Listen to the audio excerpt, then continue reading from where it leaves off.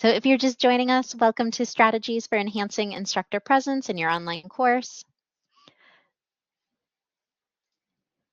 And so hopefully I have some good new ideas for you. Maybe some of these you're already doing, but our goals for today is just to talk about how we can communicate effectively with our students, how we can show and demonstrate to students that you're present, as well as just some opportunities here to support your students' overall course success. All right, so now I'd like an opportunity just to get to know all of you. If you prefer the text chat, by all means, you can use that. Otherwise, you can turn on your mics, but maybe your name, what it is you teach, and kind of what sticks out in your brain about what is a strong, positive teacher impression. What does that look like to you?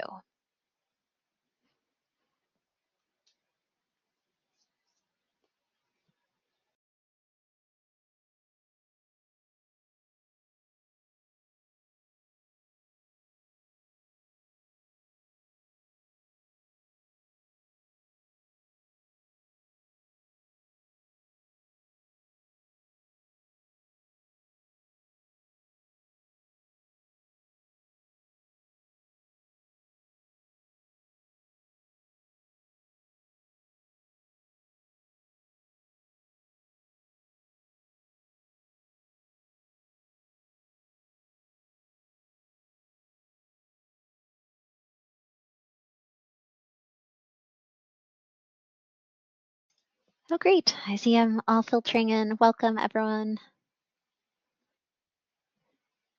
Hale from ETRA, Elise from nursing, Jody from curriculum and instruction, Lynn from public health, Michelle from psychology. Excellent.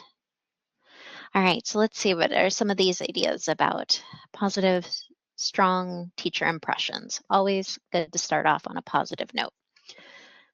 Empathy.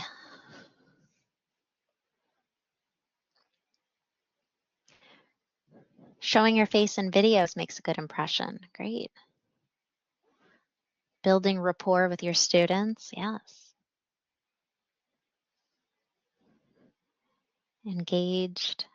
Showing respect. I like these. Just caring about your students. Excellent. I couldn't agree more. All right, if any more are still coming in, we can always get to those, but I'll move to our next slide.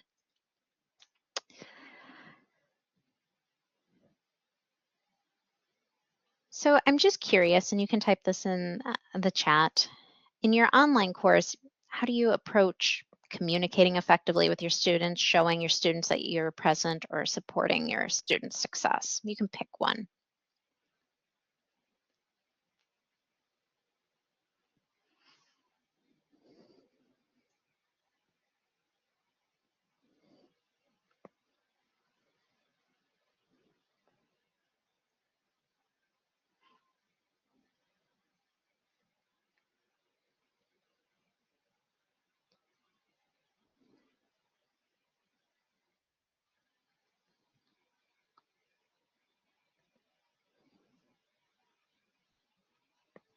Well, then I like that. You have live synchronous sessions, though they're not required for an asynchronous class. Great, that's a wonderful approach, and you can always record those for students if they cannot attend. Well attended too, I bet. Great. I do still want to see the responses. I'm going to move just a little bit quicker because I know a few people have to leave. So I think sometimes when we're like, well, what is instructor presence? What does that truly mean? Sometimes we have to start with maybe what it's not. Process of elimination here. And so one of the things that it's not is this set it and forget it mentality, right? I see some more responses coming in, so I'm reading those as well.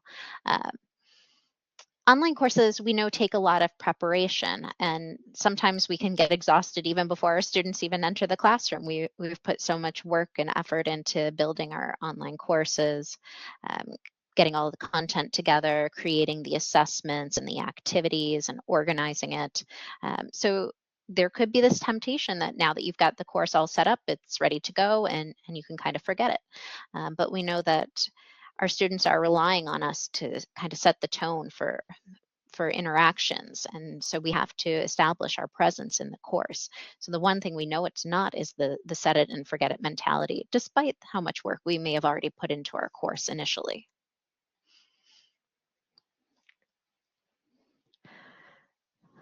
All right. And hopefully we're doing okay with technology today. I know I had a previous session where people kept getting ejected, so fingers crossed. Um, if you if you get kicked out, though, I do hope you'll come back. So we do have these three different components, though, of instructor presence. And so we can think of it kind of as the persona, our unique and individual personalities. Also, our social presence, how we connect and engage with others. No two people are the same, so this can look a little bit different for everyone, but it is also about expressing how we connect with people. And then, of course, the instructional presence, right, where our our field knowledge kind of interacts with how we run a course, right? It's kind of at this intersection of pedagogy. And so we have to try to express all three different parts of our instructor presence to our students, which can be a lot. And I'm just looking at a couple of these responses that came in the discussion here. So Elise uses VoiceThread. Excellent. So wonderful use of technology there, responding to student questions as quickly as possible. Yes. Weekly announcements. Yes. So some of these ideas I think we're going to see in some of these slides, but hopefully I'll have some other ideas for you as well. So I do have this one question, and I know I've been throwing a lot of questions at you. But most of us come to online teaching having previously taught face-to-face. So, how would you communicate and show your presence to your students in that face-to-face setting? And then how is that different in online, right? We kind of have to get at what's the barrier? How is it different?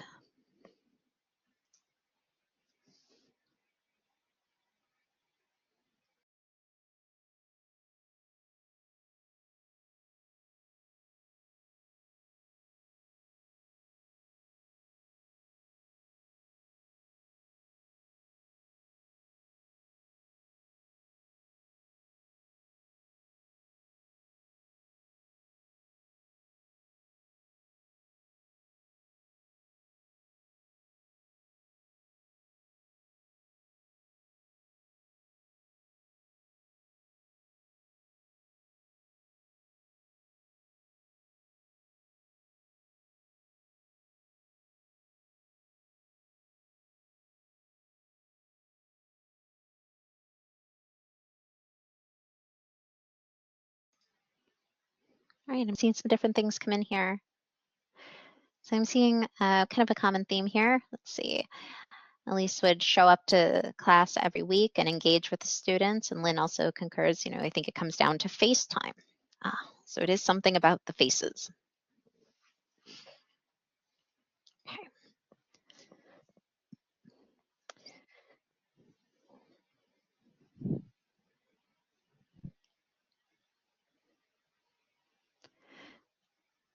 Yeah, Jody, I hear you struggling if you can't see facial expressions or body language, right? It can be hard to gauge whether somebody is engaged, if they're understanding the material. Absolutely.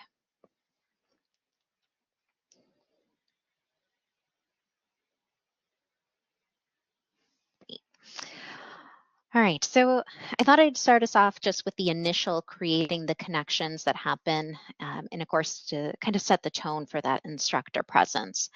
So a lot of this can come down to encouraging students to share their photos and their videos and to require peer responses. And we also have to think about how this looks from the instructor perspective as well. I think there is a strong emphasis here on on trying to post videos.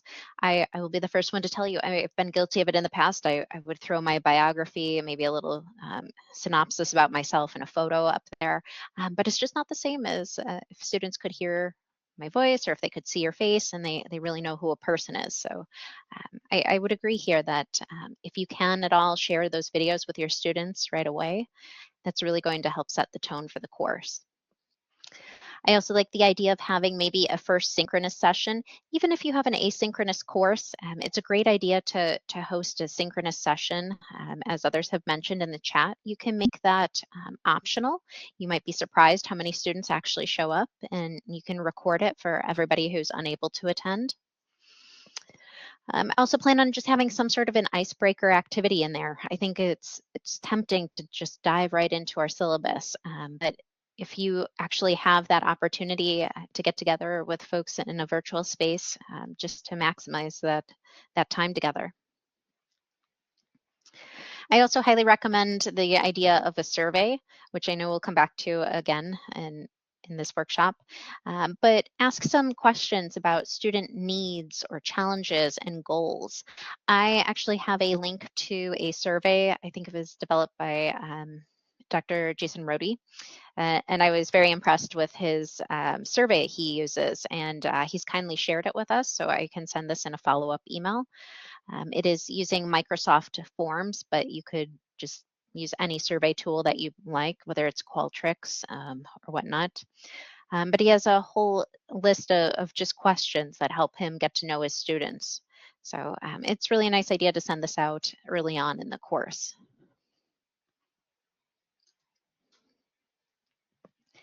After that, kind of initial introduction to the course, then we have to think about how to sustain that type of engagement with our students. So we're going to have to think about these things like, how can we get to know each other? How can you share something on a personal level and still connect, the course to their own personal lives? So we have to think of these ways that we're going to help students make connections to their coursework.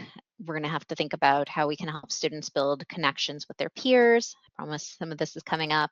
And then we also want to think just how we can help our students think about the course beyond just our course, right?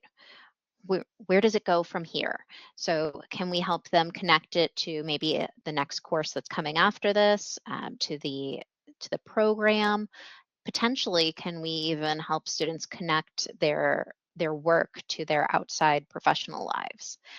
So there is an opportunity here, and I know this can be a little bit more difficult, but we can even help our students to think about ways to connect course policies to those professional expectations. And I have some examples of this coming up. But if we can just keep reinforcing all these different aspects of our course, I think they're going to start to see us as actual people, and they're going to engage and connect with us, as opposed to just feeling like their online course is automated.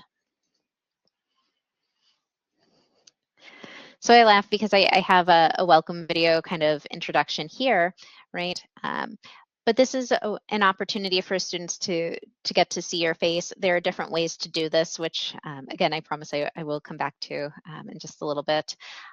The idea of welcome videos, have a welcome video maybe to welcome students to the course. You could have this, in the getting to know you section. Some of you have a week 0 module, but also consider using videos in other places as well. These could be very brief videos, and you could put them at the start of each unit or each module. Just talk about what they're going to be doing, how does it build upon what they did last week, and you might be surprised that it doesn't have to be long. It could be 2 to 3 sentences, but particularly if you have an asynchronous course, I would recommend trying this out and seeing how your students respond. They don't always have to be in front of the webcam, which is why I'm kind of laughing, because of course this was when I just flipped on a webcam here. I had one instructor who really wanted to record a weekly introduction video, but she was running out of time. So while she was walking her dogs, she turned on her webcam and talked to her students that way. And she came back and said it was the most overwhelming positive response I could have received from my students. Everybody just loved how it humanized the the class. So again, you don't always have to do everything right in front of your webcam, even though, of course, my picture there shows that. All right, so we have this category of kind of how we can communicate frequently and in multiple ways. So I have some different suggestions here. I always try to pepper in a couple of different technologies that we can use that are at our fingertips.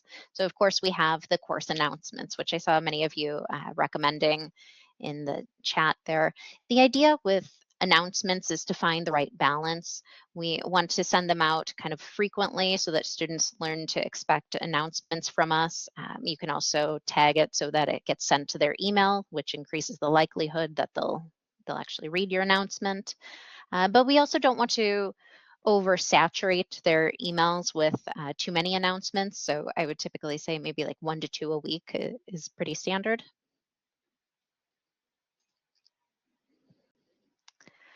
We do also have a messaging tool, and so you can find this in a couple of places in Blackboard. You can find it on the left-hand navigation as soon as you log into Blackboard, or you'll see it actually at the top of your course when you log in.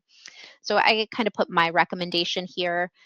One of the challenges that I have with messages is if students send me a message within the course, I don't see an alert that there's a message pending for me. So I do like to kind of communicate to my students, make sure if you contact me, do it through email so that I'll see it. But this is still another really good tool for us as educators because we can send out announcements to specific groups of students from here. And the way that I like to set it up is I make sure that I check the box for send an email copy to recipients. And then the one that I deselect is the one below it. That way, if they want to respond to me, they have to email me.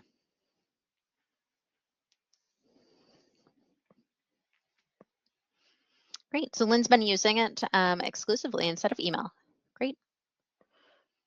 Yes, people do have irregular schedules. Yes, I'm getting to that. So there are different ways that you can set it up. It just depends what works for you and what works for your students. I think part of it is just clarifying your expectations. If you know you're going to check your messages daily, then this could be a great tool. When we talk about establishing a communication plan with our students, it's on 2 levels. Yes, we need to establish our communication plan just for ourselves, but also our expectations for our students. So what is your email turnaround time? Do you want to be able to be contacted via phone? Some instructors, yes, some instructors, no. Do you want to do virtual office hours? So yes, there's quite a few different options here. Also think about your expectations for your students. Remember we had talked about those professional correspondences and how this can carry over into other aspects of their lives. So, just establish your turnaround time, whatever works best for you, and ask your students to be courteous and kind in response. Some instructors have a 24-hour response time turnaround, some have 48 hours. Really, it is about finding the right balance for you and just kind of adhering to whatever kind of policy makes sense. So this is an example that I actually swiped from one of my colleagues, and this was her expectations for communication for her students. So as you can see, she had a 48-hour window response time to emails, except weekends. And then she had some expectations for them as well, and she found it helpful to even include, an example email below, so she didn't get things that looked like text messages from her students.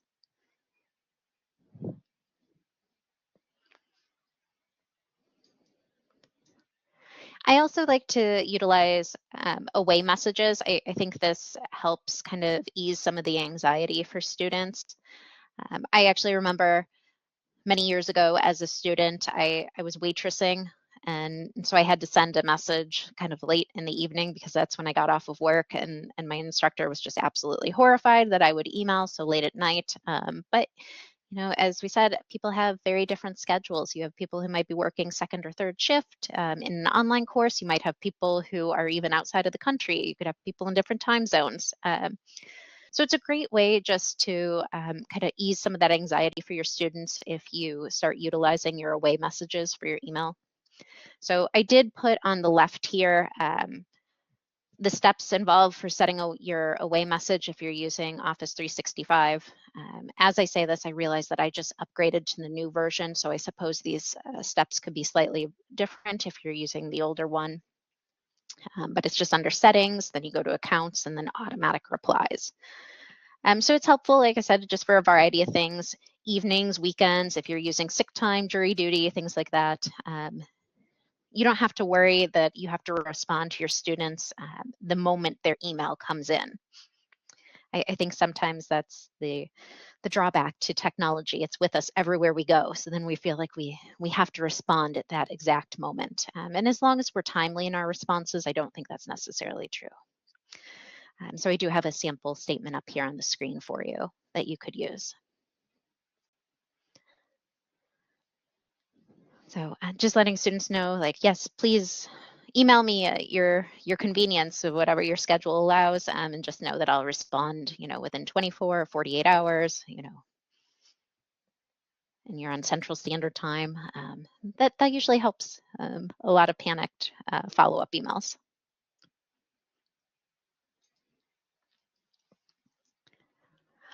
All right, so then I also have on here the different types of ways that we can communicate frequently and in multiple ways with our students. So we were talking about timely feedback. I do love this picture of the gradebook here. It does talk about the text. Yes. One of the other options, which I actually forgot to include a picture of here, is built right into the grading tool for your students. I didn't realize how long it would sometimes take me to write my feedback to students. As an English instructor, I always felt I had to give them pretty substantial feedback, but it really is time consuming to write all of that feedback. You can also record your feedback to students as well. It's built right into Blackboard. So if you want your web camera on, you can turn it on. It's optional. Otherwise, you could even just do audio recorded feedback for students. So,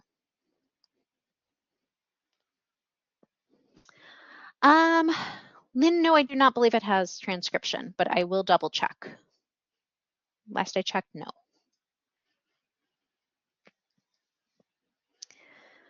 What are some other things that we can do? Well, we do know that regular and substantive interaction is both our best policy as well as a federal requirement. So we do have a website devoted to resources and examples of what this could look like in your course. So I do realize that website is kind of long and lengthy there, so I will be happy to send that to you in a follow-up email. But this is just kind of a nice example of what this could look like. The main requirements of regular and substantive interaction is that it is regular or frequent. It's initiated by the instructor. And of course, it has to be relevant to your course or to your topic, to your field.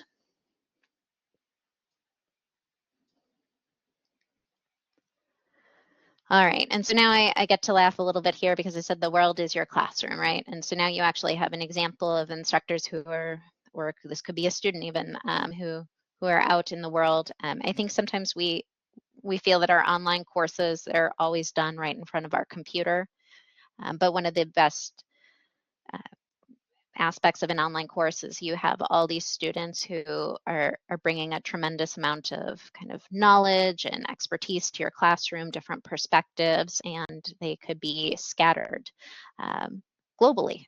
So it's really nice to try to invite that into your online space. So there is an opportunity here where you can ask students to step away from the computer and then to come back, and you can do so as well.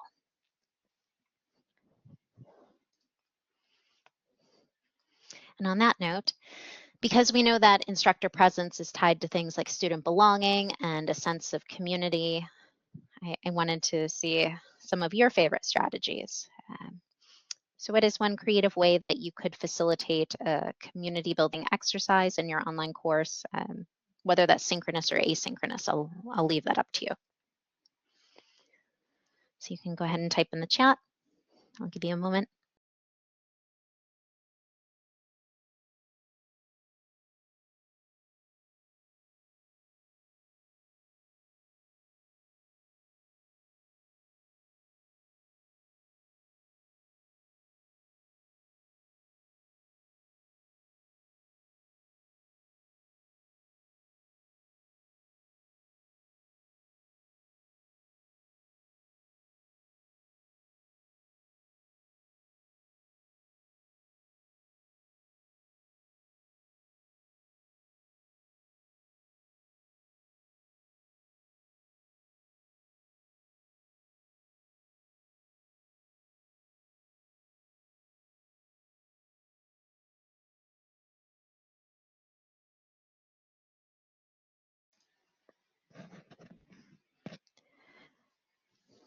If anyone's tired of typing, please feel free to use the microphone as well, whatever you prefer.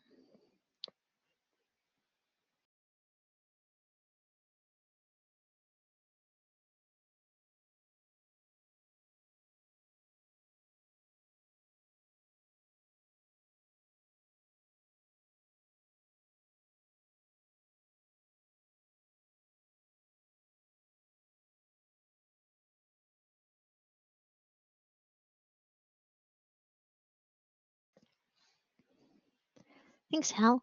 Okay, so for a synchronous course, you use breakout sessions, and they share and compare ideas in their small group. Great. And then report back to the class. Yeah, like a think, pair, share activity. Great.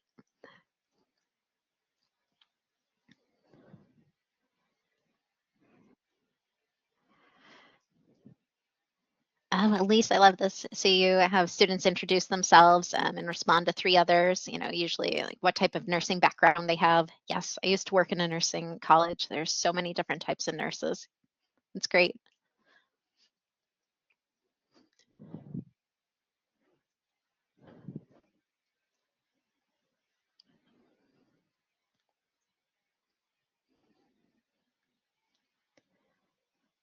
I see some journals, some discussion boards. Yeah, I think all of these can help. I think journals are a great place for students to help build that rapport with you. And the discussion boards is a great place where they can also build that rapport with their peers.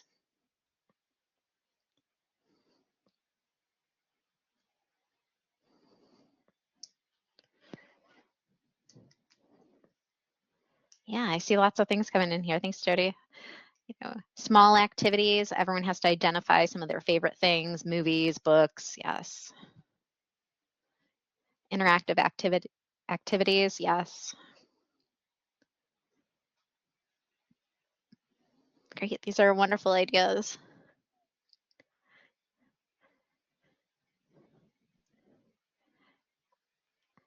I'm in a course right now where we have to interview each other, and oftentimes we get prompts, sometimes we don't, but we have to record our findings, and each week we have to interview somebody else. Um, Great, excellent suggestions. All right, so along these same lines, I have some other suggestions here for you. Of course, we can use discussion forums. Now, we have different types of discussion forums that are available. There's the discussion boards that are built straight into the LMS or into Blackboard, and that's probably the most common one that we use. But there's also Yellow Dig, which is what you're looking at on this screen. Yellow Dig is a gamified discussion board. So this is where students will accrue their points over usually the span of a week, but there are different ways that you can set it up. So for instance, you can create rules on how students will accrue their points. So usually if they create an original post, they'll earn most of their points that way, but maybe they'll earn additional points if they post early on in the week instead of waiting till the last minute. You can also earn points if somebody responds to you. So it's kind of incentive to create an engaging post that people want to respond to.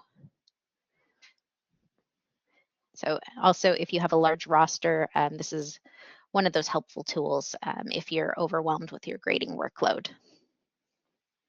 So you set up the points, how they're the accrual process, and then it kind of automates the assigning points to the grade book for you. We also have class conversations. Now, some people know about conversations in Blackboard Ultra, some people don't. So I just wanted to kind of show you what this looks like. You can enable class conversations in just about every aspect of Blackboard Ultra. So whether it's a document or an activity, if it's an assignment, anytime you see that little gear icon, you should see something that says allow class conversations. And that just means that students can then have a place to have some kind of informal conversation going about that particular activity or document or assignment. It kind of emulates the idea of in a face-to-face class, if your students had a question, they might lean across the aisle and ask their neighbor, hey, what page was that on?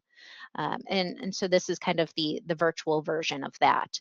So anybody can chime in. You don't have to chime in. Students can answer students. You can chime in if you want to. It's ungraded. It's just an extra place for people to ask questions or to post comments. And if somebody utilizes the class conversation, you'll see it because it actually pops up. I think it's purple, but it's a little chat bubble that'll pop up. And so you can click on it and you'll know that somebody started a conversation. All right. And as far as communicating and interacting goes in discussion forums, we get a lot of questions about this because we know that this could be part of regular and substantive interaction. And so sometimes it feels like we have to keep chiming in on the discussion forum, or I need to make sure that I respond to every student. But the reality is that discussion forums, we want students to lead the charge on the conversation, but you also, again, want to insert your presence. They want to know that you're there. They'll be looking at your feedback as well. It's a place where you can kind of steer conversations if you notice they're getting off track, or if you notice somebody made an excellent point and you really want to call attention to it. So if you're wondering, according to regular and substantive interaction, you do not have to respond to every student post. So it really is about finding that balance. You do want students to know that you're there and you're watching the conversation. But at the same time, you don't want to be the one who dominates it. So whether you're using Yellow Dig or a Blackboard discussion board, same rule applies.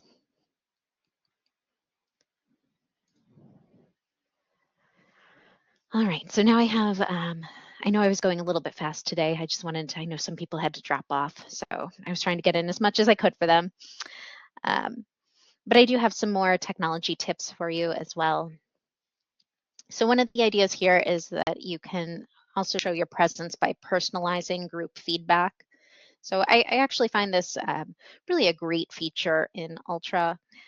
So if you assign groups to a project, you can leave feedback for everybody, or if you'll see that I circled it in red, you can click on individual and you can leave feedback just for one specific person in the group. So maybe they did an absolutely outstanding job and you just want to say, hey, I noticed what you were doing, and I really want to commend you on your work. This is a place to do so. So you can give feedback on two levels, for the group as well as an individual.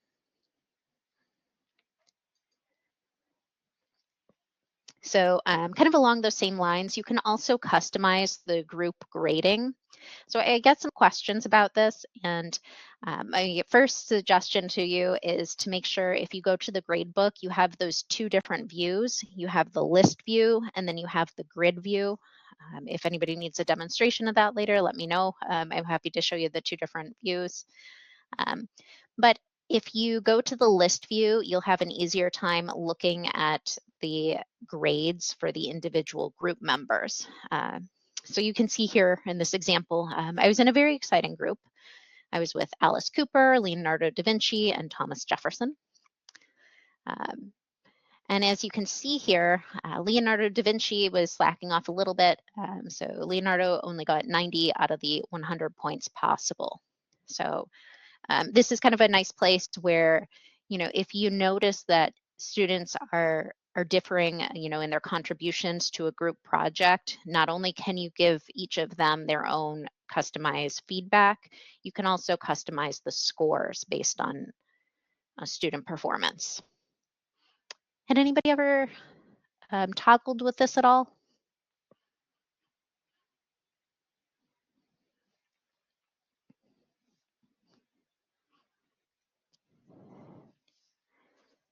Okay, it's kind of nice. It's a place where typically I'll enter the group grade and then I'll go back in if I have individuals who need adjustment.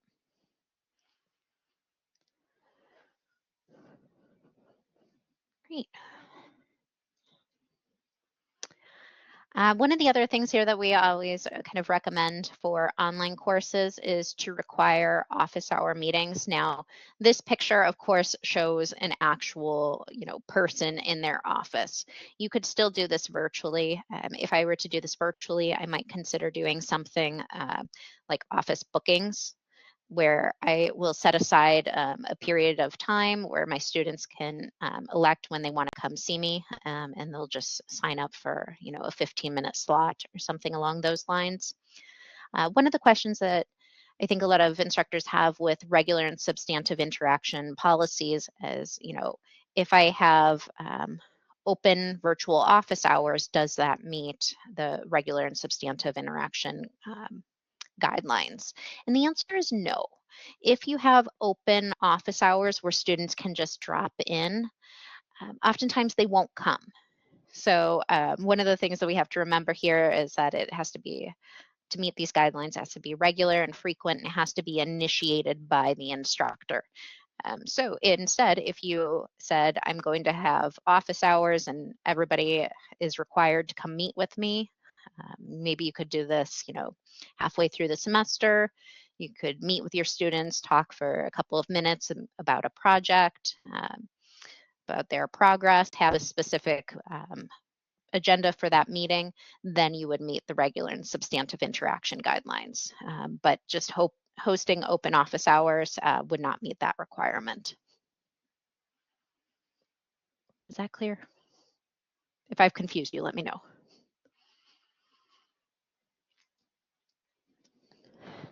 Great. So another idea here, remember we had talked about surveys. Sometimes it's nice, yes, to have them initially at the start of the semester for our students, but I also like to incorporate them throughout the semester. And so you can call them what you like. I often call them exit slips, but again, so students know that you're a person and they really can reach out to you. You can ask them questions like, what was most interesting about the reading, or what needs to be clarified. There's a lot of different ways to go about this. You could give them questions kind of on a Likert scale, on a scale of 1 to 5. How clear were the instructions in this assignment? You can ask them for input. You could ask them, what would help you learn this material, for a future course offering, if you were in charge, that kind of a thing. You can ask your students quite a few questions. You can vary it up each week. So some people use these if they have a synchronous course session. This is also an opportunity. If student names on it, they can also use it to track attendance. Sometimes instructors like to keep it anonymous because then they feel that students will be more forthcoming with their answers about what did you find confusing, what needs to be clarified, that type of a thing. So, there's pros and cons to both ways of offering these kind of surveys, but asking your students specifically for their input and not waiting just until the end of the course when they fill out the course evaluations. This will kind of give you a better idea of where they're at with their course progress.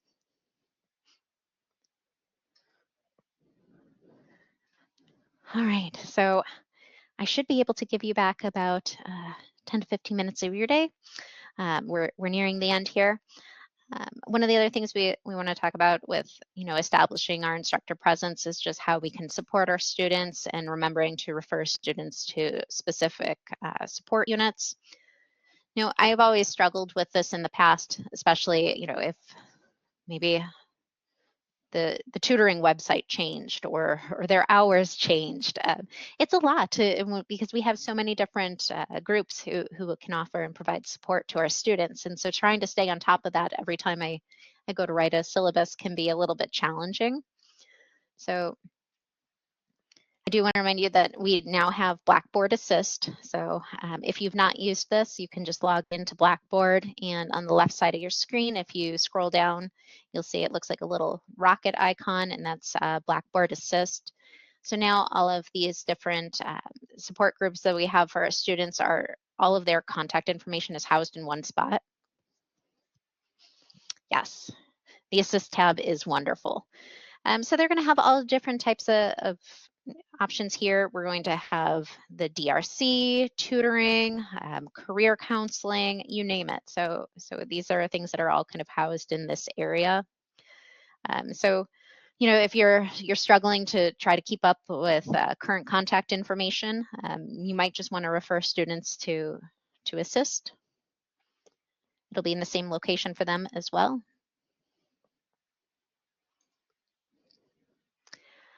And then, of course, we can also suggest additional forms of support. And I was truly impressed with what instructors were coming up with for students, particularly during the pandemic. So these are just some of the things that I've noted. They had information about local food pantries. There's a professional clothing donation. It's actually out of the College of Business. The students started this. So people donated their professional clothing, and students can go in there and they can go and try on and take professional clothing for free. So, you know, if they have job interviews coming up, they have nothing to wear, they could go to this donation spot to pick up something appropriate. We have a limited amount of laptops available to students, but they could go to the library circulation desk and they could check out a laptop. So that's been immensely helpful, I know, for quite a few students. We also have some other websites which maybe would not appear in the Blackboard Assist tab. So we have the NIU Student Life website, and this just helps students connect with their campus, what's happening typically around the DeKalb campus, but even in an online course, you'd be surprised how students really like to reach out and connect. And if they're floating through the area, this kind of gives them an idea of what's going on.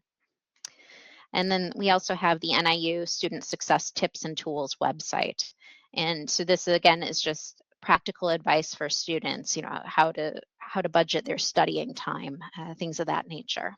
So we do have all these other resources available to students. These are great links that you could either put in a folder in your course or just as extra links in your syllabus. Whew, okay, so I think we've arrived officially at the Q&A. I know I rushed it, but I knew several people were leaving early, so thanks for bearing with me. Is there anything that I can answer for you or resources you would like me to find?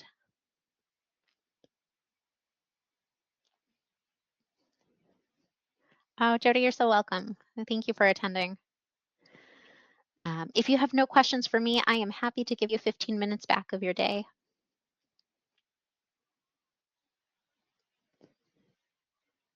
Oh, you're very welcome. All right, I'm going to turn off the recording.